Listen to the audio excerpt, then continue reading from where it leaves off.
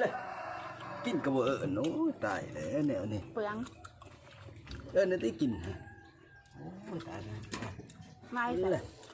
ไม่กินงัว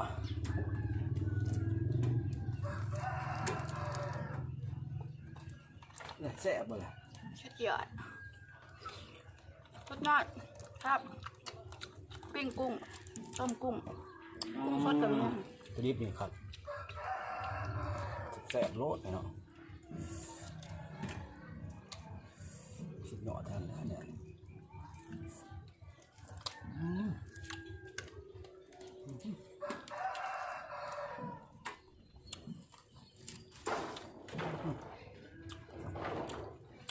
เล่นดิบ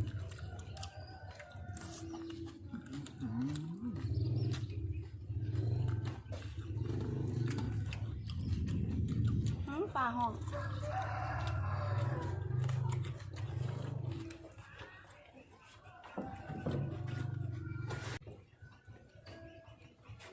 แซ่บลิ้น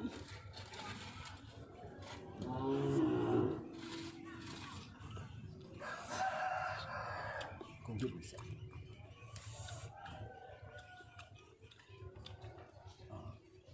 หัดเอาดิ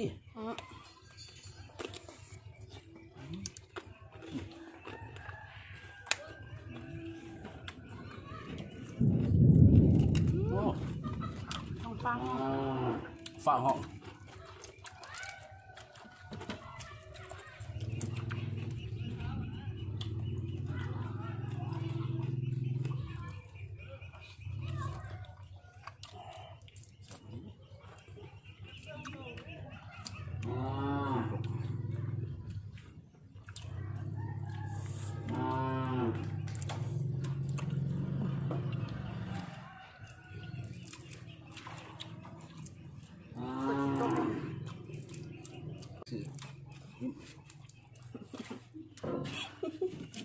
ปิดเลยก่อน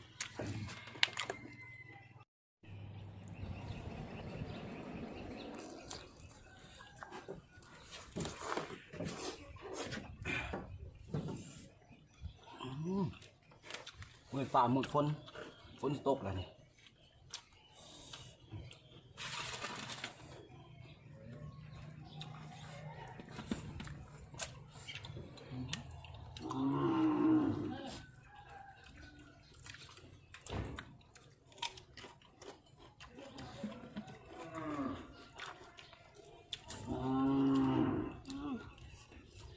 เขากล่องน้ำมือเดียวฝนตกเนาะ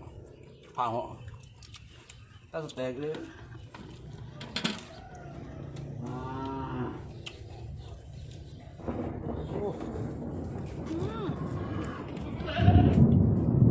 มีไว้เดี๋ยวฟ้าห้องแห้งอีลีเขากล่องน้ำมือเดียวฝนตกฝ่าหัวยากกันเลย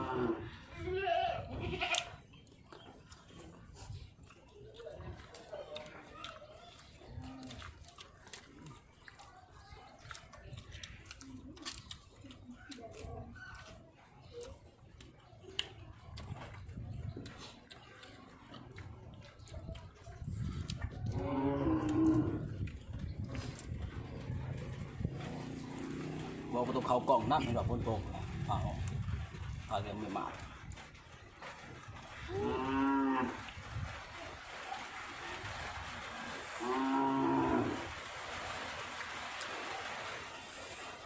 ด้วยเดี๋ยว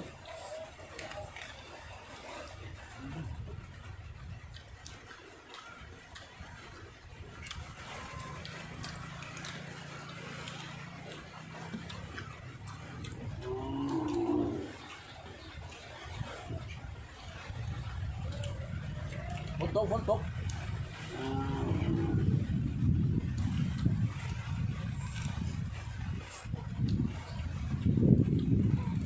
ฟ้าลมพร้อมลมธรรมดาลมพร้อม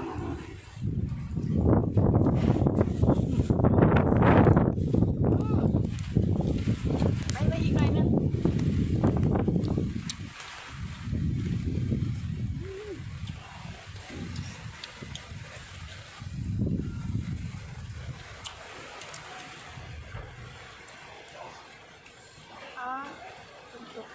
มือซ่อนล่ะ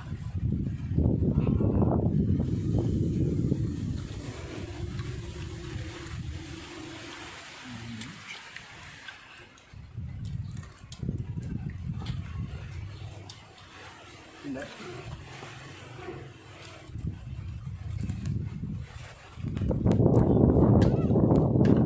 อุ้ย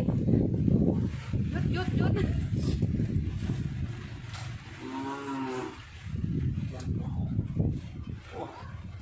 กองสันอย่างนี้กองสัน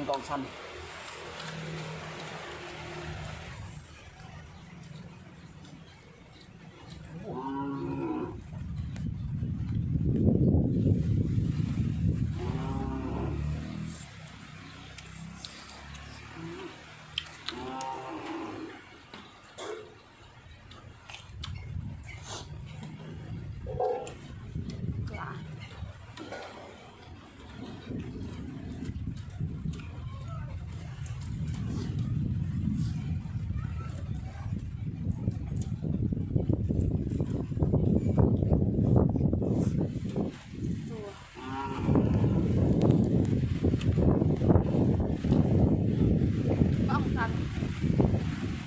กองสันพี่น้องฝนตก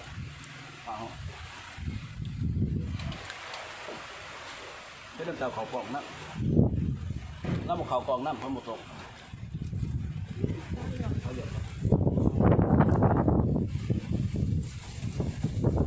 เขาก็เก่าเลยเอาแบบ ไอ้ก้อน